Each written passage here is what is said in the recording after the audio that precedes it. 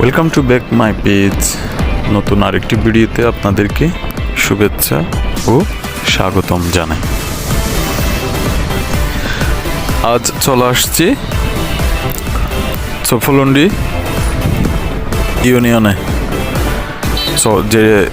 যে রোডটা দেখতে পাচ্ছেন চৌফলন্ডি হয়ে কুরুশকুল হয়ে কক্সবাজার সদরে যাওয়া যায়।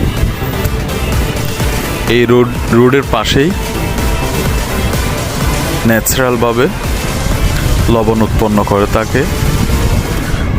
শীতকালে লবণ চাষ করা হয় এবং বর্ষাকালে মাছের চাষ করা হয়, বিশেষ করে চিংড়ি মাছের চাষ করা হয় এই চৌফলন্ডি ইউনিয়নগুলোতে।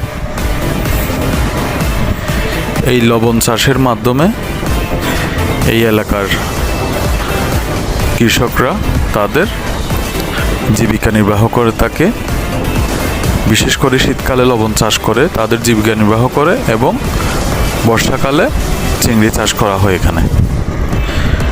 ওভারঅল বলতে গেলে ন্যাচারালভাবেই করা হয় সব কিছু, যা খুবই অসাধারণ, নিজের চোখে না দেখলে বোঝা যায় না। স্পেশালি কক্সবাজার লবণ চাষের জন্য খুবই বিখ্যাত পুরো বাংলাদেশেই, সেটা সবাই জানে।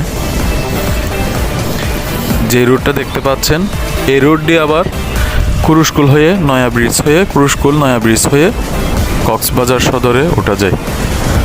আপনারা ভিডিওটা উপভোগ করতে থাকুন। নেক্সট টাইম অন্য আরেকটি ভিডিও নিয়ে আপনাদের সাথে দেখা হবে।